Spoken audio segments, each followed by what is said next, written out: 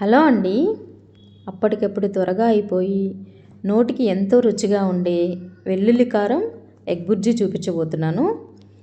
దీనికి ముందుగా కడాయి పెట్టుకొని 3 టేబుల్ స్పూన్ ఆయిల్ యాడ్ చేసుకోవాలి. ఆయిల్ బాగా వేడెక్కినాక పోపు వేసుకోవాలండి. పోపు దినుసులు వేసి పోపు దినుసులు కొంచెం ఫ్రై అయిన తర్వాత ఒక ఎండుమిర్చి, ఇక్కడ నేను ఈ రెసిపీకి 2 పెద్ద సైజు ఉల్లిపాయలు, 2 పచ్చిమిర్చి తీసుకున్నానండి. మీరు కావాలంటే ఇంకొంచెం యాడ్ చేసుకోండి ఉల్లిపాయలు. నేను ఇక్కడ 4 ఎగ్స్కి చేస్తున్నాను. ఈ క్వాంటిటీ సరిపోతుందని 2 పెద్ద సైజు ఉల్లిపాయలు తీసుకున్నాను. ఈ ఉల్లిపాయల్ని బాగా ఇలా ఫ్రై చేసుకోవాలండి. ఈ ఎగ్ బుర్జీకి ఉల్లిపాయలు మంచి టేస్ట్ ఇస్తాయి. మాడిపోకుండా దగ్గరుండి ఫ్రై చేసుకోవాలండి వీటిని. తర్వాత కొంచెం కరివేపాకు, ఈ కరివేపాకు కూడా మంచి అరోమా ఇస్తుంది. కరివేపాకు కూడా వేసి ఫ్రై చేసుకోవాలండి. చూసారు కదా ఈ ఉల్లిపాయలు ఎలా వేగిపోయినాయో.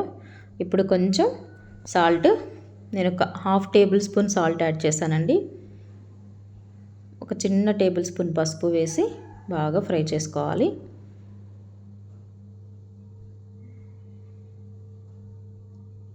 నేను ఇక్కడ 4 ఎగ్స్ తీసుకుంటున్నానండి. చూసారు కదా 4 ఎగ్స్ని తీసుకున్నాను. ఇప్పుడు ఈ ఎగ్స్ని ఈ ఉల్లిపాయలు చూసారా అలా బాగా వేగిపోవాలండి ఉల్లిపాయలు. ఇంక ఎగ్స్ పగలగొట్టేసుకొని దాంట్లో వేసేసుకోవాలి.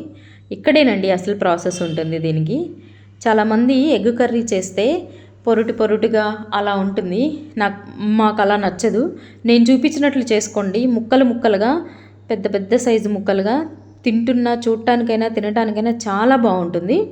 ఇలా ఎగ్స్ని పగలగొట్టేసుకొని ఆ ఉల్లిపాయల మీద వేసేసుకొని అట్లా వదిలేసేయాలండి ఒక 5 మినిట్స్.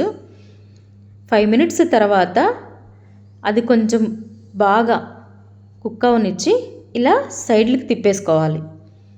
చూస్తున్నారు కదా అలా అలా అలా తిప్పేసుకోవాలి. అలా తిప్పేసి ఇంకొక 2-3 మినిట్స్ అలా వదిలేసేయాలి. 2-3 మినిట్స్ తర్వాత చూపిస్తానండి. అది బాగా ఉడికిపోయి వేగిపోయి ఉంటుంది. చూసారు కదా ముక్కలుగా ఎలా వచ్చిందో. అలా వేగిపోయిన దాంట్లో వెల్లుల్లి కారం వేసుకోవాలండి.